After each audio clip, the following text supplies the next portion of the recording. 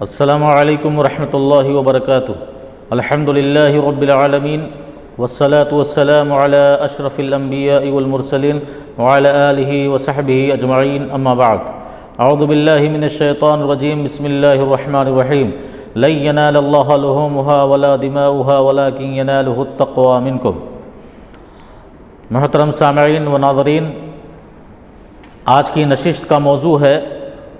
قربانی میں اخلاص۔ ہمیں یہ بات یاد رکھنی چاہیے کہ ہم جو بھی عبادتیں انجام دیں، جو بھی نیکیاں کریں، جو بھی اچھائیاں کریں، تمام عبادتوں میں اخلاص شرط ہے۔ اللہ کو جو اصل مقصود ہے کہ اس کے بندے جو اس کے لیے کام کر رہے ہیں خالص اللہ کی رضا ہو، اللہ کی خوشنودی ہو، دنیا میں ریاکاری، دنیا میں شہرت، دنیا میں نمود کے لیے کوئی عبادت اور کوئی بندگی اور کوئی اچھائی نہ ہو۔ اسی طرح قربانی کے اندر جو چند ہی دنوں میں ہم یہ عبادت انجام دیں گے انشاءاللہ، اس میں بھی اخلاص کی کتنی اہمیت اور کتنا مقام ہے، آپ حضرت ابراہیم علیہ السلام کے واقعے کے قربانی کے اس آخری لمحے سے بھی اندازہ لگا سکتے ہیں کہ اللہ کا حکم ہوا اور ابراہیم علیہ السلام نے اپنے بیٹے اسماعیل کو زمین پر پٹخ دیا اور پھر چھری گلے پر رکھ دی۔ دیکھیں، یہ ہے تقوی، یہ ہے اخلاص۔ خالص اللہ خوش رہے، اللہ راضی رہے، اور اسی کی خوشنودی کے لیے انہوں نے چھری اپنے بیٹے کے گردن پر رکھ دی۔ اتنے میں آواز آئی، قد صدقت الرؤیا یا ابراہیم، اے ابراہیم تم نے اپنا خواب سچ کر دکھایا۔ میرا مقصد یہ نہیں تھا کہ میں تمہارے بیٹے کے گردن پر چھری چلواؤں، تمہارے بیٹے کو ذبح کروں، اس کے بدلے میں اللہ نے ایک دمبا بھیج دیا،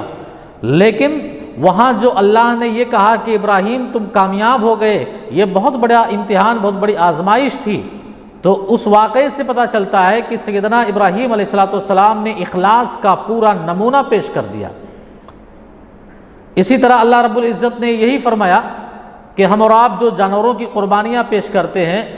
ظاہر سی بات ہے اس کا گوشت ہم کھاتے ہیں، خون بہہ جاتا ہے، ہڈیاں یہاں وہاں ہو جاتی ہیں،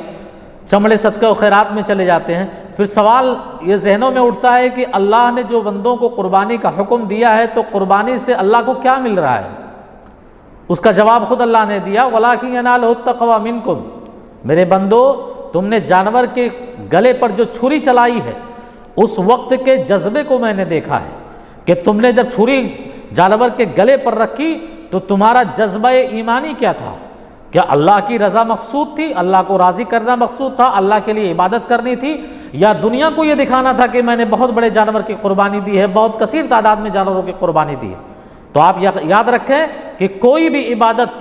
قربانی ہو یا کوئی بھی عبادت ہو، اس کے اندر صرف اللہ کی رضا چاہیے اور اخلاص چاہیے۔ اسی لیے اللہ کے نبی جناب محمد رسول اللہ صلی اللہ علیہ وسلم نے ارشاد فرمایا کہ ان اللہ لا ينظر الى صورکم ولا الى اجسامکم ولا الى اموالکم۔ اللہ رب العزت تمہارے چہرے کو نہیں دیکھتا، تمہارے شکل کو نہیں دیکھتا، تمہارے بدن کو نہیں دیکھتا کتنے خوبصورت ہو، کتنے موٹے تازے ہو، اور نہ ہی وہ تمہاری دولت کو دیکھتا ہے۔ وہ غنی ہے، اس کے پاس بہت سارے مال ہیں، وہ پوری دنیا کو روزی دینے والا ہے، اور وہی ہے جو انسانوں کی تخلیق کرنے والا ہے، ہم اور آپ کو پیدا کرنے والا ہے، اسی نے ہمارے چہرے کو بنایا ہے۔ پھر اللہ کو ضرورت نہیں ہے وہ ہمارا چہرہ دیکھے، وہ ہمارا مال دیکھے، بلکہ اللہ کو ضرورت کیا ہے؟ اللہ کے نبی نے فرمایا بل ينظر الى قلوبکم واعمالکم۔ اللہ جو تم عبادتیں انجام دے رہے ہو، جو تم عمل کر رہے ہو، اس عمل کو دیکھ رہا ہے، اور تمہارے دل کے اندر پیدا ہونے والے جذبے کو دیکھ رہا ہے کہ تمہارے دل میں کس چیز کی نیت ہے، اللہ کو خوش کرنے کی، اللہ کو راضی کرنے کی، اللہ کو منانے کی، یا کہیں ایسا تو نہیں کہ ہمارے دل میں ریاکاری ہو، شہرت ہو۔ اللہ ہمیں اس سے بچائے۔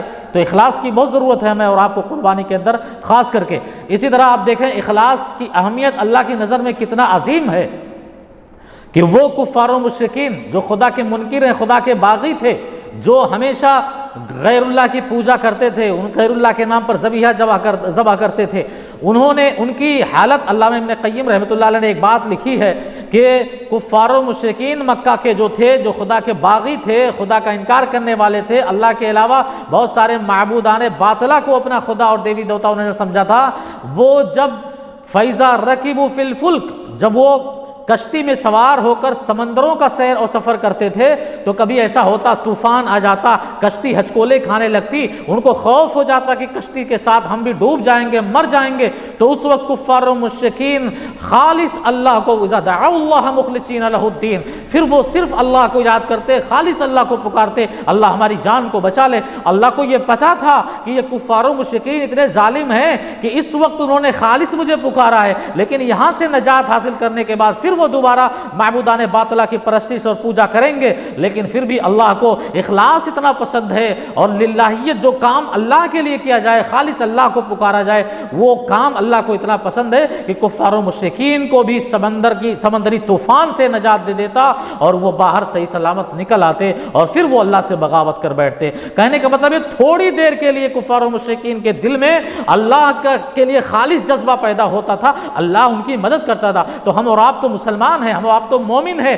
ہم اور آپ تو کلمہ گو ہیں، ہم نے کوئی بھی عبادت صرف اللہ کے لیے ٹھانی ہے، اور انشاءاللہ نماز ہو کہ روزہ ہو کہ زکوٰۃ ہو کہ خیرات ہو کہ کوئی بھی نیکیاں ہو، اسی طرح قربانی ہو، جانوروں کا ذبیحہ ہو، ہمیں اور آپ کو چاہیے کہ اس کے اندر ہم اخلاص پیدا کریں، اللہ کی رضا ہمارا مطلوب ہو، ہمارا مقصود ہو، اس کے علاوہ ہمیں دنیاوی کوئی فائدے کی ضرورت نہیں ہے۔ ریاکاری سے اللہ ہم کو بچائے، شہرت سے بچائے، نمود سے بچائے، ہماری یہ ساری عبادتیں اللہ آخرت کے لیے ذخیرہ بنائے۔ اللہ تبارک و تعالیٰ سے دعا ہے کہ الٰہ العالمین ہمیں اور آپ کو تمام عبادتوں میں اور خصوصی طور پر قربانی کے موقع پر جانوروں کو ذبح کرنے میں اللہ ہمارے دلوں میں اخلاص پیدا فرمائے، تقوی پیدا فرمائے، اور صرف اللہ کی رضا مطلوب ہو۔ والسلام علیکم ورحمۃ اللہ وبرکاتہ۔